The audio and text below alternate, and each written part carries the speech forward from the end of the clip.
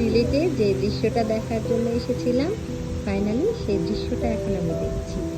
এত সুন্দর প্রকৃতি, ওয়াও! এখনই বৃষ্টি নামবে।